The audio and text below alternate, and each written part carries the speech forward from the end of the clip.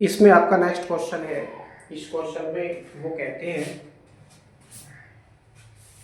कि दर्शाइए कि एक समांतर प्लेट संधारित्र की प्रत्येक प्लेट पर बल का परिमाण 1/2 कैपिटल क्यू ई है, जहां कैपिटल क्यू संधारित्र पर आवेश है तथा कैपिटल ई प्लेटों के बीच वैद्युत क्षेत्र का परिमाण है। घटक 1/2 के मूल को समझाइए। तो यहाँ पर देखिए सिद्ध करने वाला क्वेश्चन है। सिद्ध करने वाले क्वेश्चंस में आंसर दे दिया होता है, इसमें निकालने की आवश्यकता नहीं है, दे दिया होता है। तो मान लीजिए संधारित्र है हमारे पास में और वो आवेशित संधारित्र है जिसकी प्रथम प्लेट पर धनावेश और दूसरी प्लेट पर ऋणावेश है। मान लीजिए इसकी पहली प्लेट ये हो सकती है, जो संधारित्र है हमारे पास उसकी मान लीजिए ये एक्स प्लेट है, कुछ दूरी पर ये इसकी वाई प्लेट हो जाती है ना, कुछ दूरी पर ये इसकी वाई प्लेट हो जाती है, वाई प्लेट। ठीक है, पहली प्लेट पर धनावेश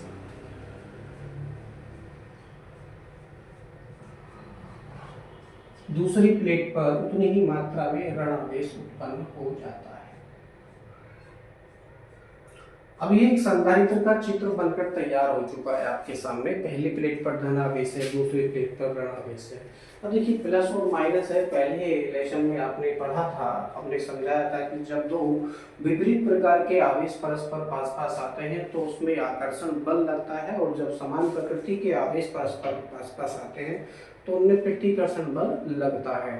तो यहाँ पर प्रथम प्लेट पर धनावेश है, द्वितीय प्लेट पर ऋणावेश है। प्रथम प्लेट पर धन व द्वितीय प्लेट पर ऋण आवेश होने के कारण यहाँ पर आकर्षण बल लगेगा।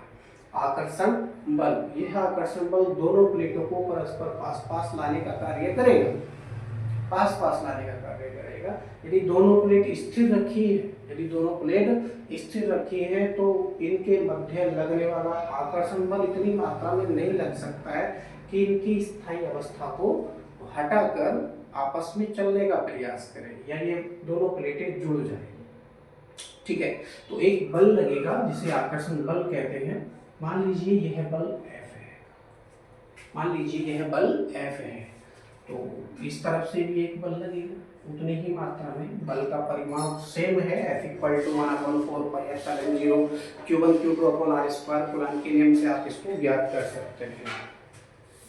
ठीक है, तो थ्योरी में क्या लिखना होगा आपको? माना समानांतर प्लेट संधारित्र की प्लेटें x व y है, प्रत्येक का क्षेत्रफल क्या है? कैपिटल A है। प्रत्येक प्लेट का क्षेत्रफल कैपिटल A है, उनके बीच की दूरी d है। उनके बीच की दूरी क्या है? स्मॉल d है। स्मॉल d उनके बीच की दूरी है। माना प्लेटों के बीच दूरी d बढ़ाकर d + dx आकर्षण बल के विरुद्ध की गई है। अब देखिए आकर्षण बल तो लग रहा है दोनों प्लेटों के बीच में, हम क्या करेंगे? बाहर से बल लगाकर, बाहर से बल लगाकर कितना बल लगाया जाएगा बाहर से? इस आकर्षण बल के विरुद्ध, क्योंकि ये स्थायी अवस्था है, स्थायी अवस्था में विपरीत प्रकृति के आवेश परस्पर पास पास है। ठीक है, परस्पर पास पास होने से उसमें आकर्षण बल लग रहा है। इस आकर्षण बल को तोड़ने के लिए बाहर से हमको बल की आवश्यकता होगी, बाहर से हमको बल की आवश्यकता होगी। मान लीजिए इनके प्लेटों के बीच की दूरी स्मॉल d है, इस दूरी को हम बढ़ाकर d + dx करेंगे, d + dx करेंगे। तो बाहर से बल लगाकर बाह्यकर्ता को कुछ कार्य करना पड़ेगा। ठीक है, कुछ कार्य करना पड़ेगा। किसके विरुद्ध करना पड़ेगा? ये आकर्षण बल जो लग रहा है इसके अगेंस्ट, यानी इसके विरुद्ध।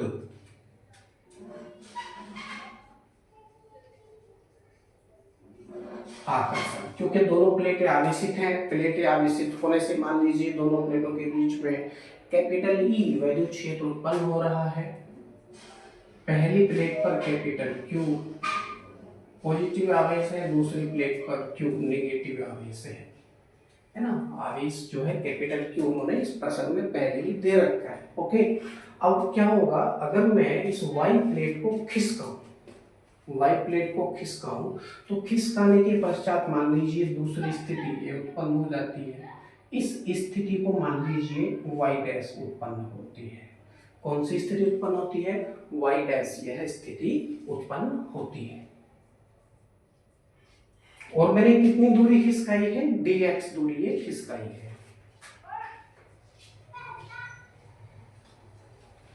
पहले जो दूरी थी दोनों के बीच में वो स्मॉल डी थी, लेकिन मैंने अल्प दूरी dx इसको खिसका दिया है, जिससे संधारित्र की दूसरी स्थिति y डैश प्राप्त हो जाती है।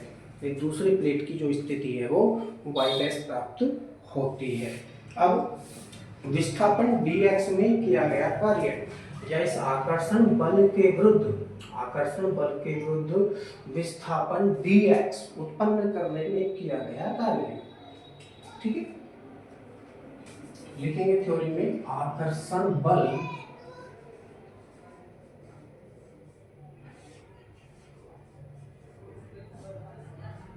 F के विरुद्ध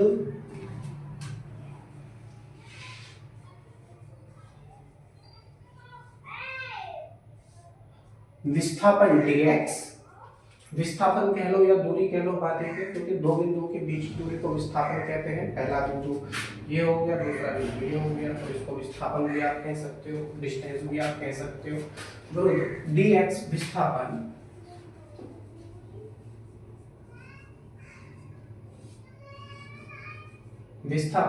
dx करने में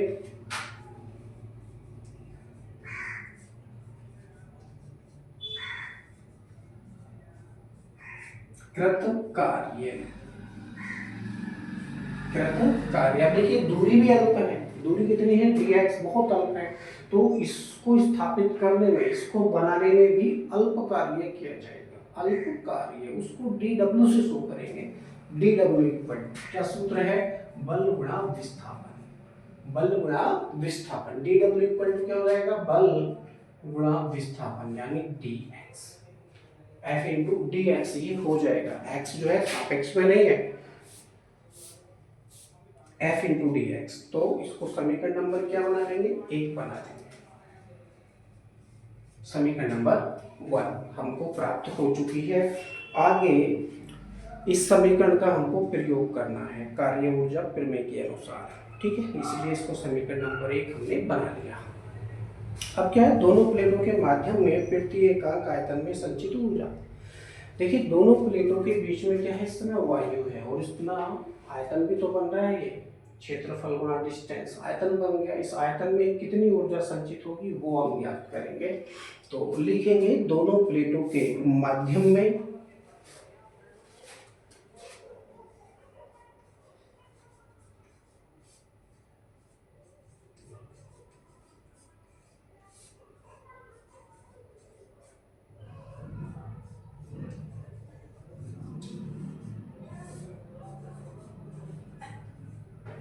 प्रति एकांक आयतन में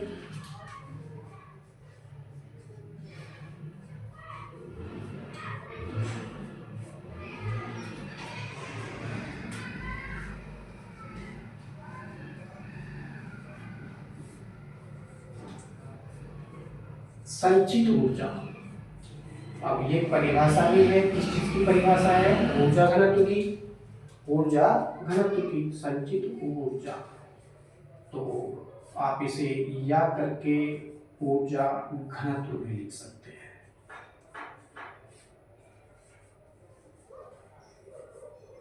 ऊर्जा घनत्व को स्मॉल यू से शो करते हैं, किससे, स्मॉल यू से। स्मॉल यू इक्वल टू हो जाएगा 1/2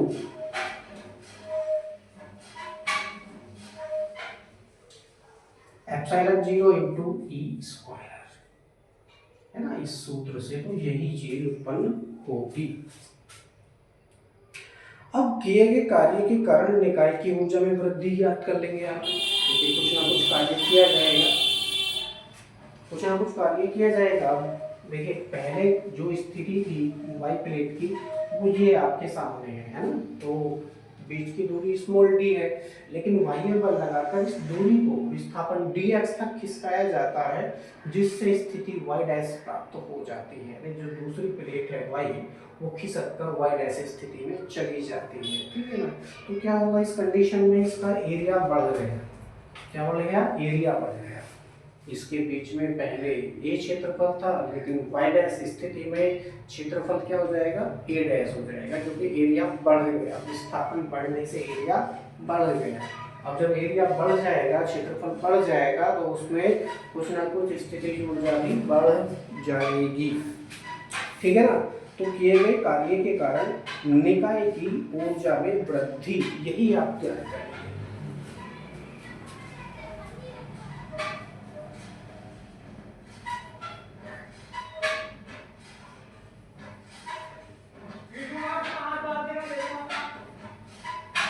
किए गए कार्य के कारण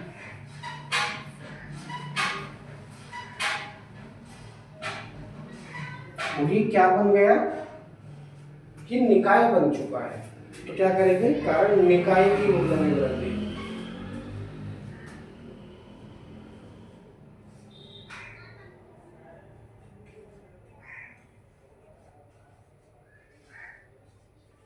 निकाय की ऊर्जा में वृद्धि।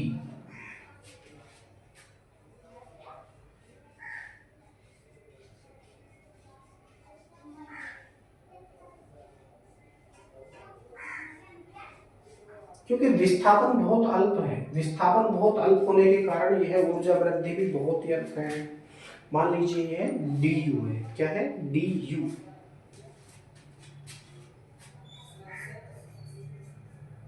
क्या सूत्र है, ऊर्जा घनत्व इंटू आयतन।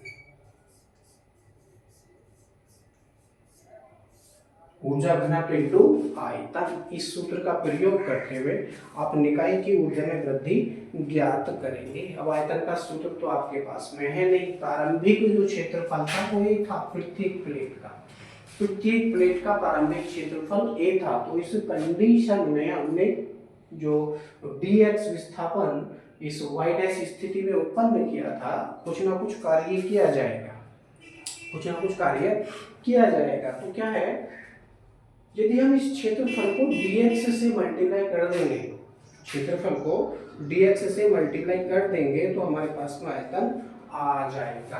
अर्थात क्या हो जाएगा, देखते हैं, du equal to small u into आयतन के स्थान पर क्षेत्रफल इनटू विस्थापन a इनटू dx। ये क्या है, टोटल आयतन है, ये टोटल आयतन है। अब देखिए, आप इसको चाहो तो समीकरण नंबर 2 बना लीजिए, नो प्रॉब्लम।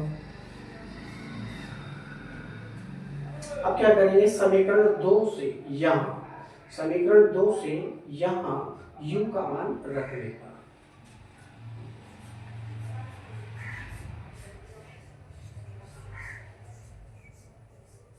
समीकरण 2 से u का मान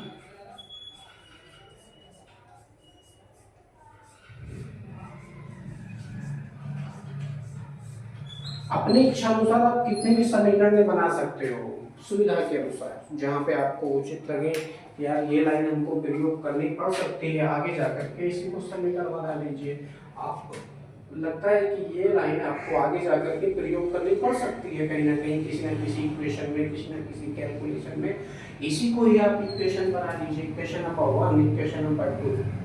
तो इसकी हमको आवश्यकता पड़ेगी ना, small u equal to 1/2 epsilon 0 E square की वैल्यू आप यहाँ प्रयोग करेंगे इस u के स्थान पर, है ना, ऊर्जा घनत्व के स्थान पर। अब मैं इस चित्र को साफ कर देता हूँ, इस चित्र से केवल इतना ही समझना था, ठीक है।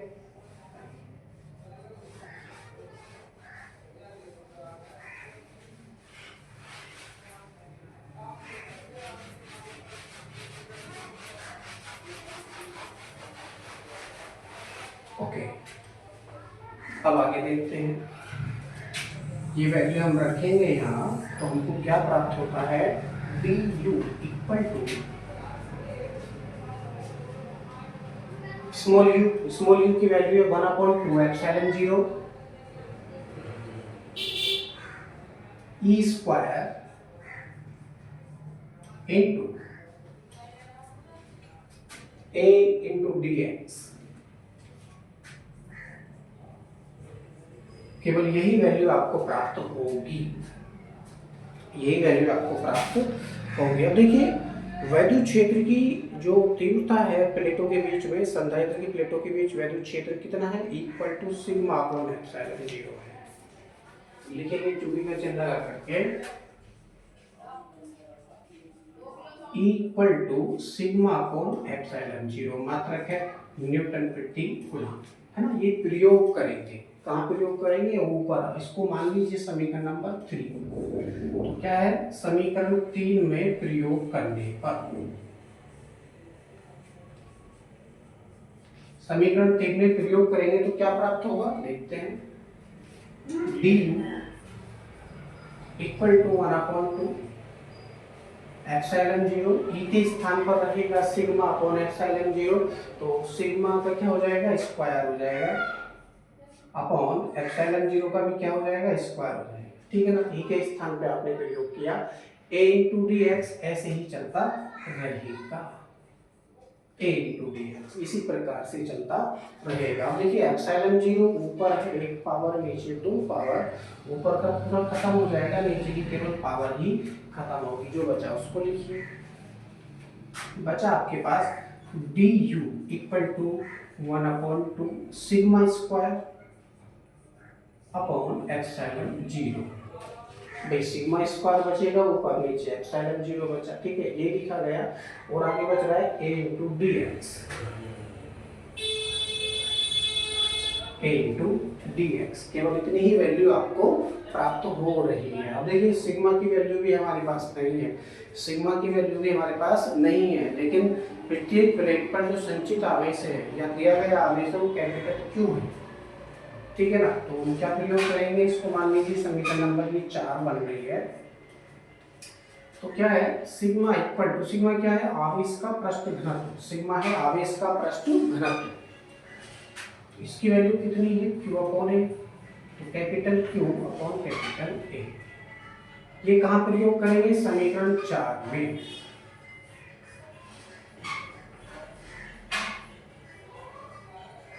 समीकरण 4 में जब capital Q upon capital A आप प्रयोग करेंगे तो क्या प्राप्त होगा, जरा देखते हैं।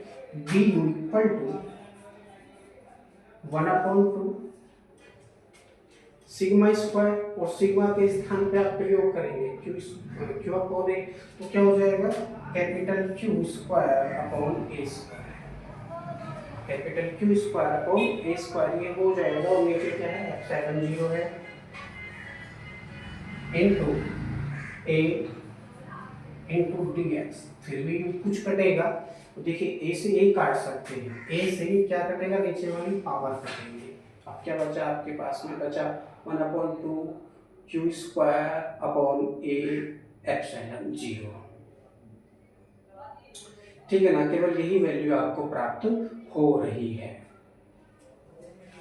इसको ऐसे भी लिख सकते हैं, डी यू इक्वल टू 1/2 अब देखिए क्यू स्क्वायर है, इस क्यू को मैं क्या लिख सकता हूं, क्यू अपॉन ए एप्सिलॉन 0 में लिख सकता हूं इनटू एक क्यू बचा, मैं इसको यहां लिख रहा हूं इनटू ए, सॉरी ये तो कट चुका है, इनटू डी एक्स, ठीक है ना। Q upon A epsilon 0 into Q into D X में इस तरह से लिख सकता हूँ। Okay, no problem.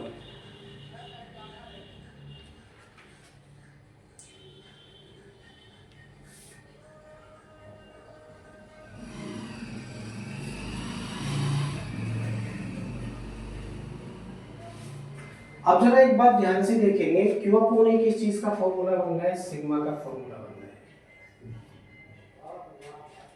Q upon ए किस चीज का फॉर्मूला बन रहा है, सिग्मा का फॉर्मूला बन रहा है, इसीलिए इसके स्थान पर सिग्मा का प्रयोग आप करेंगे, ठीक है।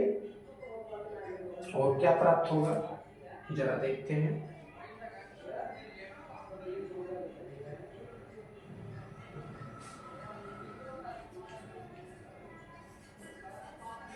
D U equal to 1/2 Q upon A के स्थान पर आपने प्रयोग किया सिग्मा, तो हो गया sigma upon epsilon 0। Sigma upon epsilon 0 into Q into D x.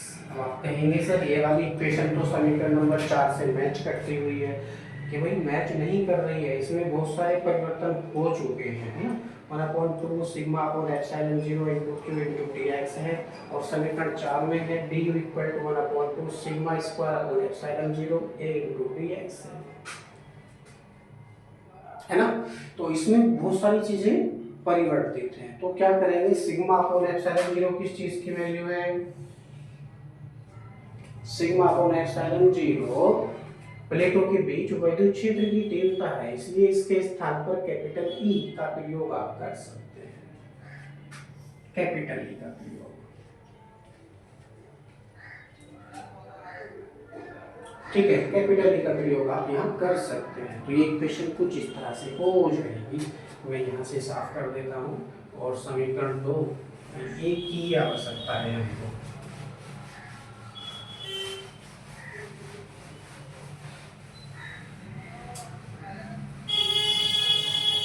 यदि आप ये प्रयोग करेंगे तो क्या प्राप्त होगा, D equal to D U equal to 1/2 into capital E into Q into D X. अब और ज्यादा हल आप इसको नहीं कर सकते हैं, आगे जाकर के और ज्यादा आप इसको हल नहीं कर सकते हैं, केवल इतना ही ये हल होगा। अब देखिए, इसको समीकरण नंबर आप नेक्स्ट कौन सी बनाएंगे, 5 बनाएंगे। ठीक है,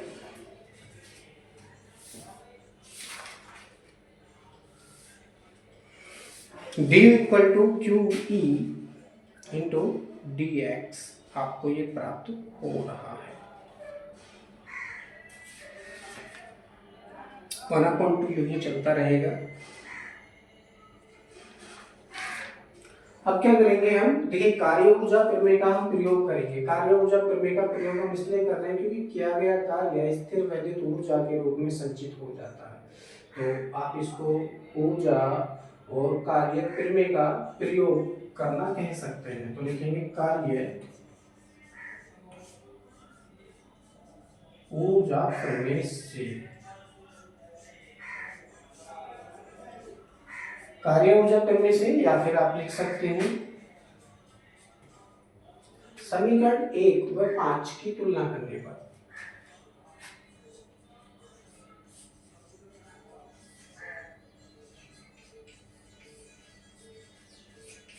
समीकरण 1 व 5 की तुलना करने पर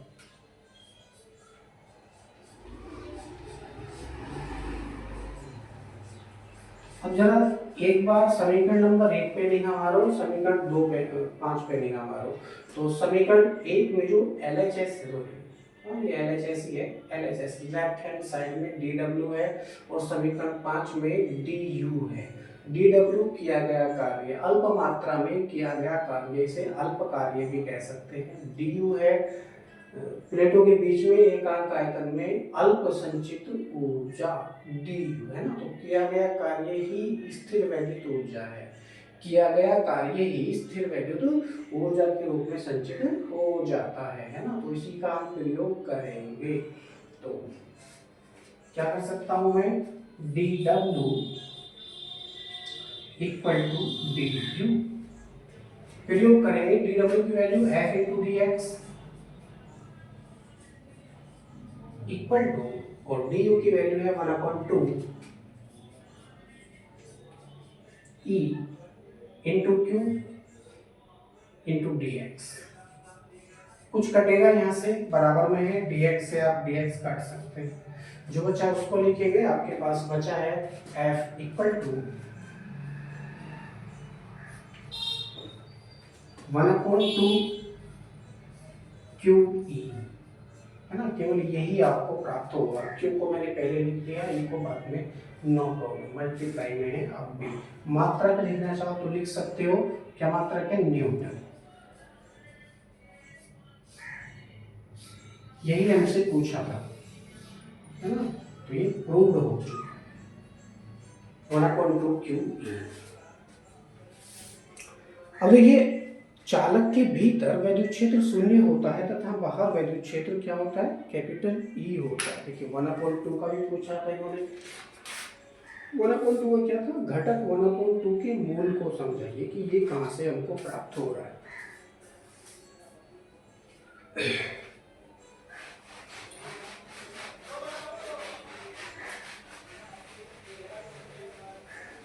तो चालक के भीतर वैद्युत क्षेत्र शून्य और बाहर कैपिटल ई होता है।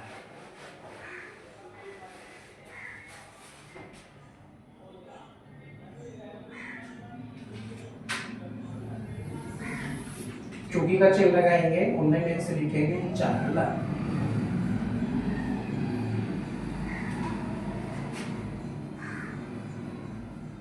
के भीतर वैद्युत क्षेत्र शून्य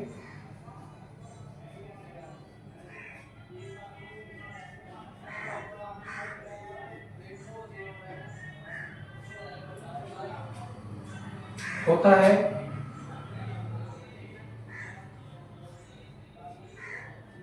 तथा बाहर